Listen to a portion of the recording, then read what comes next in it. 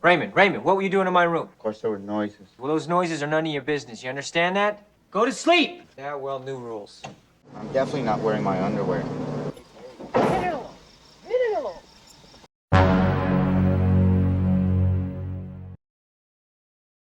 Film ini bercerita tentang seorang broker mobil mewah bernama Charlie Babbitt yang diperankan oleh Tom Cruise. Film ini sendiri diproduksi pada tahun 1988 dan baru saja merayakan ulang tahun yang ke-35 pada akhir tahun 2023. Wow, jadi film ini sudah sangat tua umurnya.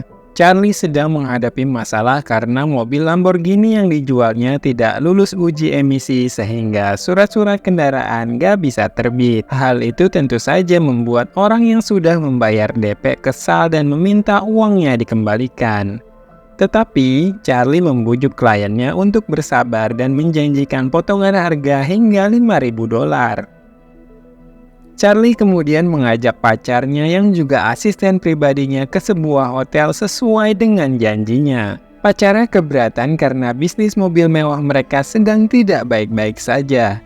Tetapi Charlie tetap memaksa Susana untuk berangkat ke hotel di Palm Springs. Hey, we're seconds away from closing this deal. Di tengah perjalanan, rekan kerjanya mengabarkan bahwa ayahnya meninggal dan akan segera dimakamkan besok. Charlie pun membatalkan rencananya ke Palm Springs dan bergegas menuju Cincinnati, tempat ayahnya dimakamkan.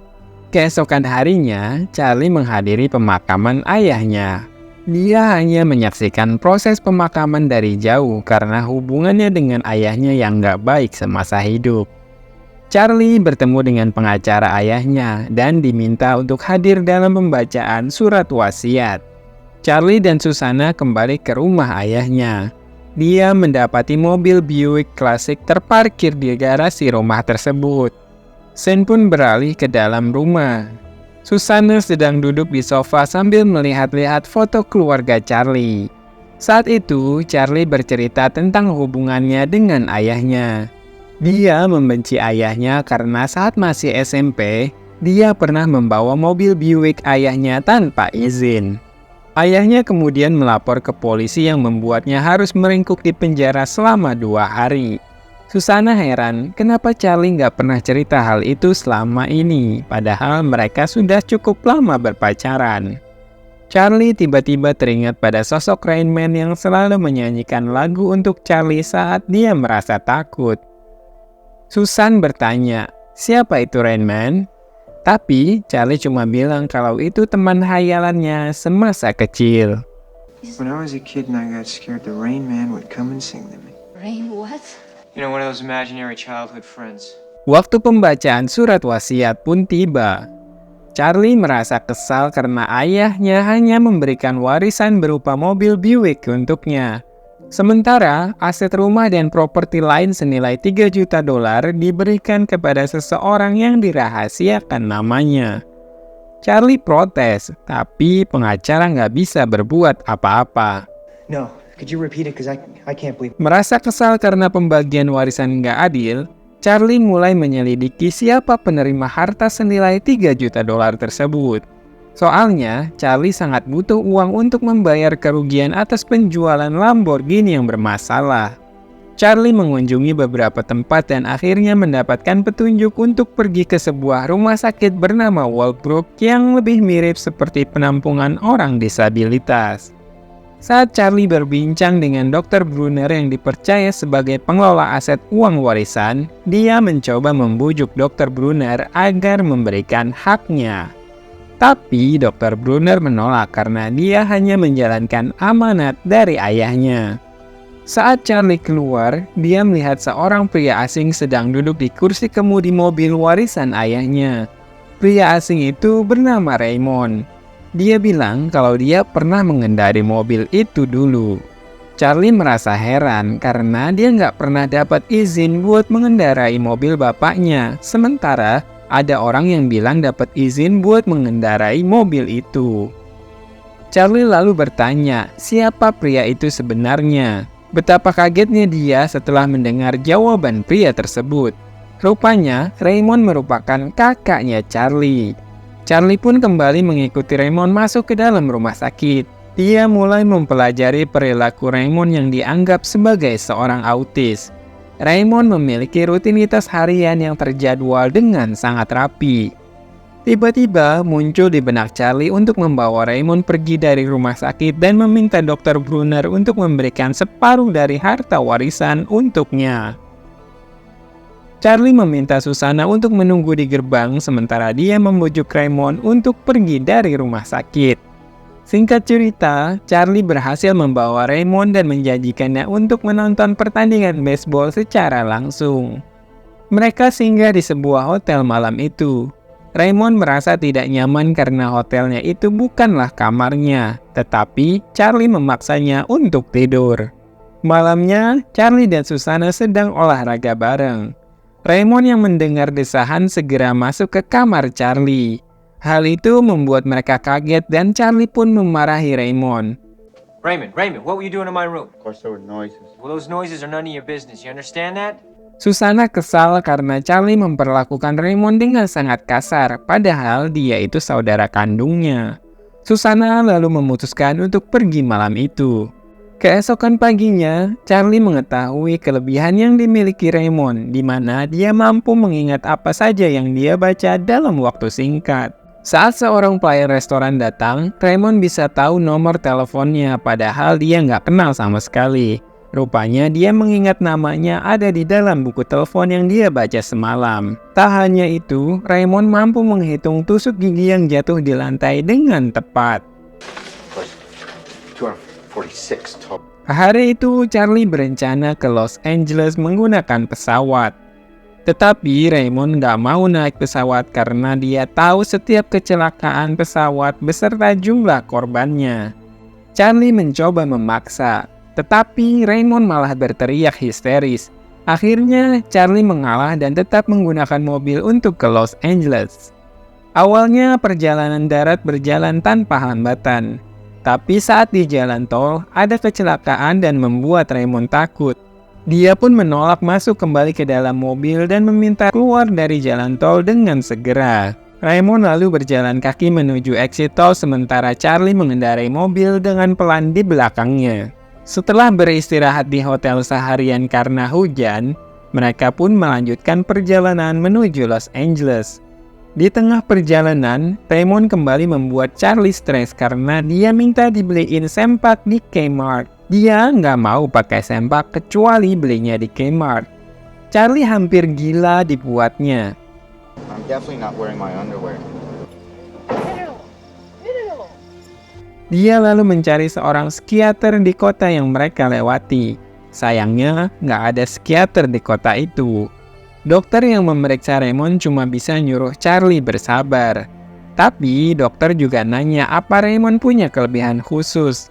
Saat itu Charlie ingat kalau Raymond jago nginget angka-angka. Dokter lalu ngetes perkalian dan pembagian. Ternyata Raymond bisa menjawab setiap perhitungan dengan sangat detail. Dokter juga nanya apakah Raymond mengerti istilah autis. Ternyata Raymond paham apa itu autisme dan dia bilang kalau dia bukan seorang autis.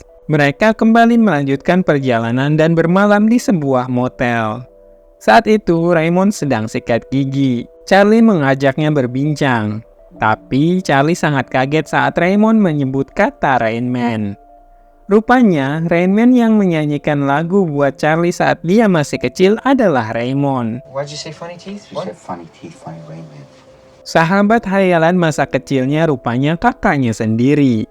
Bapaknya nitipin Raymond ke rumah sakit karena takut kalau Raymond nyakitin Charlie. Keesokan harinya mereka melanjutkan perjalanan. Charlie terpaksa beliin TV portable supaya Raymond bisa nonton kapan aja acara TV kesukaannya tanpa harus berhenti di tengah jalan. Saat mereka istirahat di tempat makan, Raymond nyebutin list lagu yang ada. Dari situ Charlie terinspirasi buat manfaatin ingatan Raymond. Dia mulai ngetes Raymond dengan kartu gaple. Ternyata Raymond bisa tahu kartu apa saja yang tersisa di tangannya. Hal itu membuat Charlie punya ide buat ngajak Raymond main judi di Las Vegas. Setibanya di Las Vegas, Charlie ngegadein jam tangan Rolex-nya buat jadi modal. Dia juga nge-makeover Raymond supaya tampilannya meyakinkan dengan setelan jas. Mereka pun ngejalanin aksinya dan menang besar sampai bikin bandar juri heran. Mereka sampai ngecek kamera buat mastiin apakah Charlie dan Raymond pakai alat bantu buat menang terus. Tapi mereka nggak nemuin apa-apa. Setelah menang besar, Charlie nyuruh Raymond buat nunggu di bar sementara dia nyairin uangnya. Dari kejauhan seorang wanita menatap Raymond. Wanita itu lalu mendatangi Raymond dan menanyakan apakah dia mau kencan. Untungnya Charlie datang dan bilang kalau Raymond itu kere. Tapi Raymond tetap pengen kenalan sama Iris. Akhirnya Charlie ngasih kesempatan mereka buat ngobrol bareng. Iris mendadak ilfil karena Raymond ngomongnya nggak nyambung. Dia pun pergi sambil bilang kalau mau kencan nanti jam 10. Mereka berdua kembali ke kamar yang super mewah. Di situ Raymond masih kepikiran soal kencan bareng Iris. Charlie yang kasihan akhirnya ngajarin Raymond buat dansa. Mereka pun dansa bareng dan Charlie sejujurnya ngerasa aneh karena harus dansa bareng abangnya sendiri. Pintu tiba-tiba diketuk. Rupanya Susana nyusul mereka ke Las Vegas. Saat Charlie dan Susana lagi berduaan di kamar, Raymond ngajakin ke bar lagi buat nemuin Iris yang bilang bakal kencan jam 10. Susana dan Charlie pun nganterin Raymond ke bar. Saat itu Charlie dipanggil oleh security dan disuruh menghadap ke ruang bandar. Charlie disidang karena setelah diinvestigasi oleh beberapa kasino, mereka tahu kalau Charlie dan Raymond ngitung kartu gaple yang bikin mereka bisa menang banyak. Charlie dikasih ampun asalkan mereka segera pergi dari kasino tanpa ngasih tahu siapapun atas kecurangan tersebut. Sementara itu, Raymond nggak berhasil nemuin cewek yang janjian kencan sama dia. Mereka pun kembali ke kamar. Keesokan harinya, Charlie ngasih kesempatan Raymond buat nyetir mobil warisan bapaknya di lobi hotel. Mereka lalu mengantar Susan ke apartemennya. Charlie pun membawa abangnya pulang ke rumah. Dia berencana merawat Raymond sepenuh hati.